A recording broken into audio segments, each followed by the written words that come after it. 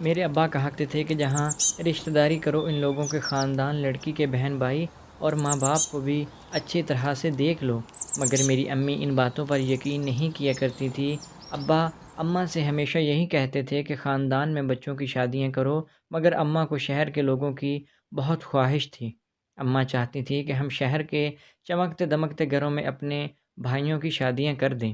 یوں ایک رشتے والی ماسی نے اماں کو ایک گھر بتایا۔ اس گھر میں 3 بہنیں تھیں، جن میں سے 2 گونگے اور ایک بھائی اور ایک بہن گونگے تھے، جبکہ ایک بہن کا جس کا ہم نے رشتہ کرنا تھا بلا کہ خوبصورت تھی۔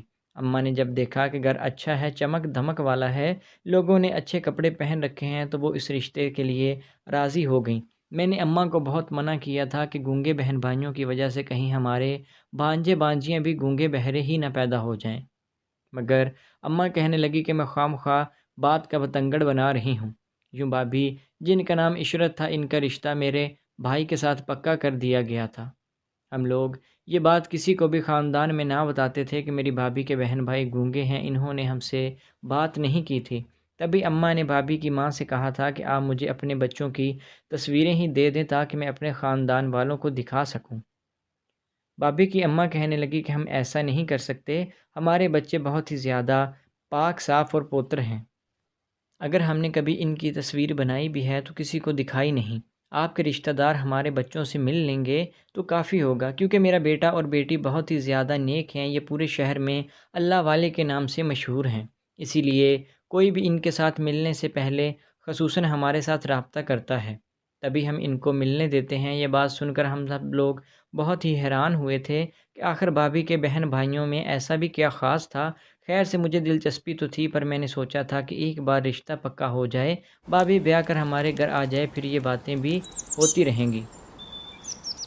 فی الحال ایسا کچھ بھی کرنا قبل از وقت تھا۔ یوں بھابھی کی شادی ہو گئی۔ شادی والے دن بھابھی کے بہن بھائی ان کے ساتھ ہی بیٹھے ہوئے تھے، مگر انہوں نے کسی سے بات چیت بھی نہیں کی تھی۔ میں نے دیکھا بھابھی جان بہت زیادہ ڈری ہوئی سی لگ رہی تھیں۔ میکے سے رخصت ہوتے وقت لڑکیاں عموماً روتی ہیں، مگر بھابھی اب بہت ہی زیادہ خوش اور تھوڑی ریلیکس بھی نظر آ رہی تھی۔ میں نے دیکھا بھابھی کے چہرے کا خوف رخصتی کے فوراً بعد ہی ختم ہو گیا تھا۔ پھر جیسے ہی وہ ہمارے گھر میں داخل ہوئیں، ہنستی خوشی باتیں کرنے لگیں۔ میں حیران تھی کہ کوئی اپنے بہن بھائیوں سے تنگ کیسے ہو سکتا ہے۔ خیر سے سب رسموں کے بعد ہم لوگ بھابھی کی تصویر بنانے لگے تو بھابھی نے گھونگھٹ اوڑھ لیا۔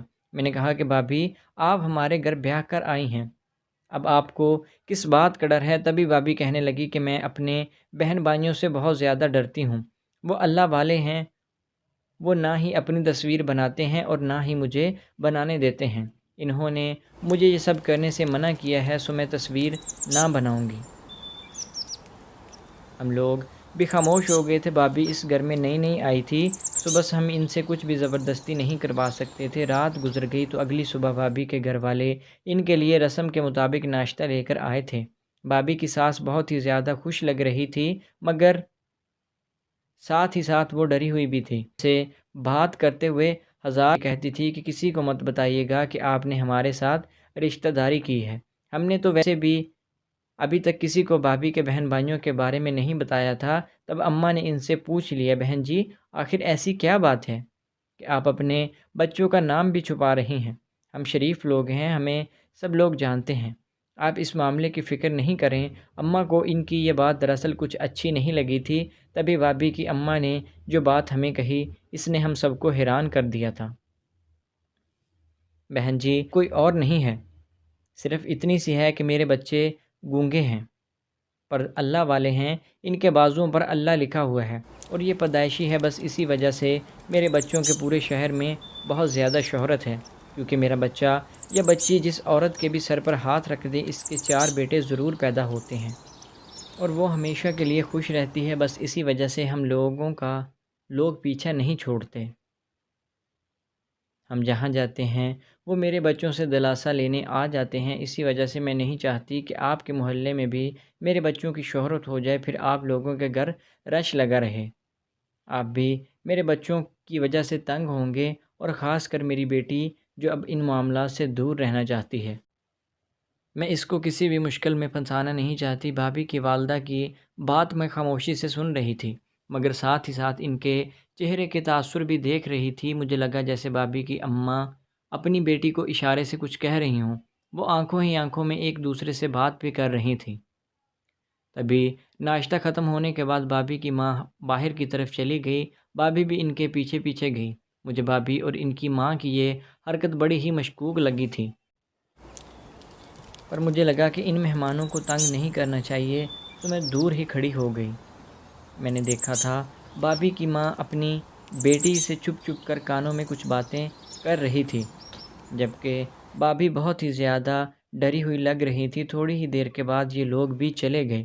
بھابھی مجھ سے خوشگوار انداز میں بات کرنے لگی تھی، بس جب بھی ان کی ماں یا بہن بھائیوں کا ذکر ہوتا تو وہ کچھ پریشان ہو جایا کرتی تھیں، پر ان کے جانے کے بعد وہ دوبارہ سے نارمل تھی۔ لیکن اب یہ سب دیکھ کر میرے دل میں اشتیاق پیدا ہونے لگا کہ آخر بھابھی کہ بہن بھائیوں میں ایسی بھی کیا خاص بات ہے جس کی وجہ سے دوسرے لوگ ان کو ملنے نہیں دیتے۔ تبھی میں نے اسی دن بھابھی سے یہ بھی بات کی، بھابھی آپ کے بہن بھائی سے محلے والے تو نہیں مل سکتے، پر میں تو مل سکتی ہوں نا؟ میں نے کہا تھا۔ نہیں نہیں اسما، تم نہیں مل سکتی، اصل میں میرے بہن بھائی سے بہت کم لوگ ملتے ہیں۔ مگر وہ کیوں بھابھی؟ میں نے دلچسپی سے پوچھا تھا۔ اس لیے کہ میرا بھائی جس عورت کے سر پر بھی ہاتھ رکھ دے اس کے 4 بچے ہوتے ہیں، پھر چاہے وہ شادی شدہ ہو یا غیر شادی شدہ۔ یہی تو میرے بھائی کی کرامت ہے، اسی وجہ سے کوئی لڑکی میرے بھائی کے قریب بھی نہیں جاتی، کیونکہ بھابھی کی نظروں میں بہت زیادہ تاثیر تھی۔ میں بھابھی کی بات سن کر ہنس پڑی تھی۔ یہ کیسی غیر حقیقی سی بات کر رہی ہو؟ ایسا ہو ہی نہیں سکتا کہ کسی کے سر پر ہاتھ رکھنے سے کوئی عورت حاملہ ہو جائے، اور وہ بھی بغیر شادی شدہ۔ خدا کا نام لو، ایسی باتیں نہ کرو، ایسا نہ کرو کہ تمہیں بھی بعد میں پچھتانا پڑے۔ بھابھی مجھے یہ کہہ کر ڈرانے لگی تھی، مگر میں ڈرنے والوں میں سے کہاں تھی، میں بھی ڈٹ گئی تھی۔ نہیں نہ بھابھی، مجھے آپ کے بہن بھائیوں سے ملنا ہے، دیکھنا ہے کہ وہ کیسے ہیں۔ آخر ان کے پاس ایسا کیا ہے کہ وہ اتنے زیادہ مشہور ہیں کہ لوگوں میں بھی نہیں آنا چاہتے۔ خیر میں نے بھابھی کو بہت زیادہ منایا تھا، پر وہ مان نہیں رہی تھی۔ اگلے دن اتفاق سے بھائی نے خود ہی بھابھی سے کہا تھا کہ میں تمہارے میکے چلوں گا، تمہارے ماں باپ سے بھی مل لوں گا اور بہن بھائیوں سے بھی۔ یہ سن کر بھابھی کے چہرے کا رنگ پیلا پڑ گیا تھا۔ نہیں، دراصل میرے بہن بھائی کسی سے ملتے نہیں ہیں، ایسے بھی تو وہ گونگے ہیں، ان سے تو کوئی بات بھی نہیں ہوتی۔ یہ سن کر بھائی اور میں دونوں ہی ایک موقف پر آ گئے تھے۔ ہاں تو کوئی بات نہیں ہے، اگر وہ نہیں بولتے ہم صرف ان سے اشاروں میں باتیں کر لیں گے، اور آپ کے خاندان سے بھی تو ملنا ضروری ہے نا؟ میں نے لقمہ دیا تو بھابھی بھی مجھے خونخوار نگاہوں سے گورنے لگی۔ دیکھو اسما، تم بہت زیادہ تیزی مت دکھاؤ، ایسا نہ ہو کہ تمہارے لیے بعد میں مشکل پیدا ہو جائے۔ ویسے بھی میرے بہن بھائی کسی سے بھی نہیں ملتے۔ لیکن بھائی تو ان کا شوہر تھا۔ بھائی نے بھابھی سے یہ بات منوا لی تھی کہ وہ ان کے بھائیوں سے ضرور ملیں گے۔ مجبوراً بھابھی کو اپنے گھر جانا ہی پڑا تھا۔ میں بھی بھابھی کے ساتھ ساتھ تھی، جبکہ بھائی نے کہا تھا کہ بھابھی کے گھر ہم ایک دن رکیں گے اور کل واپس آ جائیں گے۔ یہ بات میرے لیے بہت خوشائن تھی۔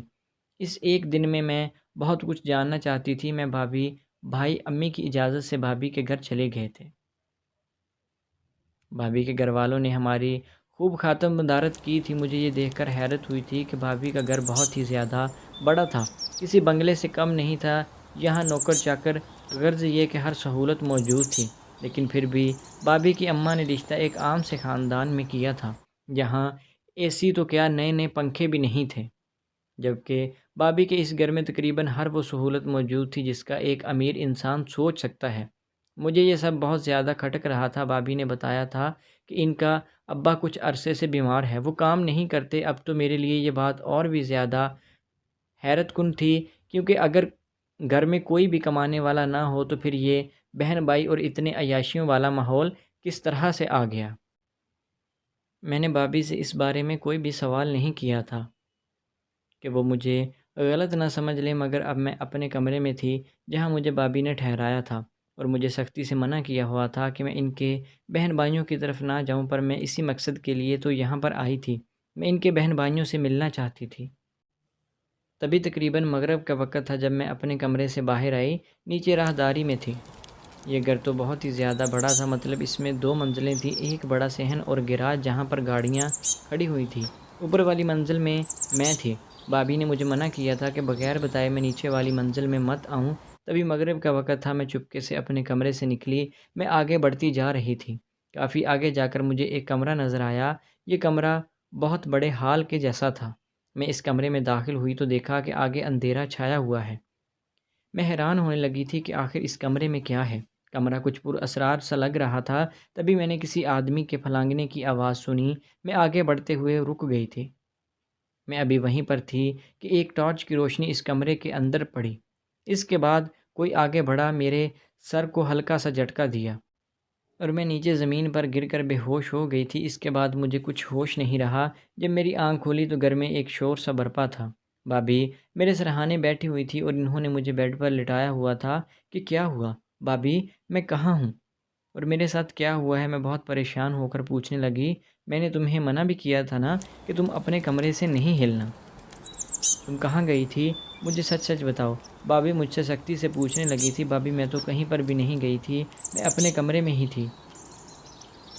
میں نیچے آ رہی تھی کہ کسی نے میرے سر کو ایک زوردار جھٹکا دیا۔ کیا تم اس آدمی کو پہچانتی ہو جس نے ایسا کیا؟ نہیں، بالکل بھی نہیں، اس نے سر کے پیچھے سے آ کر مجھے جھٹکا دیا تھا۔ میں نے بھابھی کو جھوٹ تو بول دیا تھا مگر اصلیت کچھ اور ہی تھی۔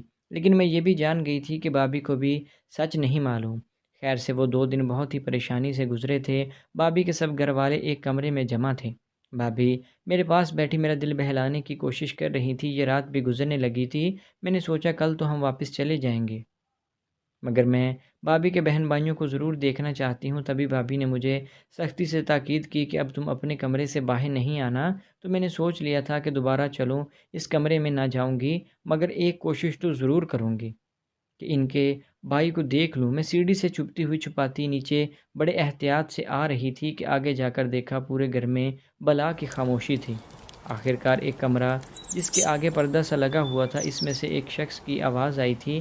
میں سمجھتی تھی کہ بھابھی کا بھائی تو گونگا ہے، مگر جب میں نے اندر جھانکا تو بات چیت کر رہا تھا۔ مجھے دیکھتے ہی اس نے اپنی زبان بند کر دی۔ ایسا لگ رہا تھا جیسے وہ دوسروں کے سامنے گونگا ہونے کا ناٹک کر رہا ہو۔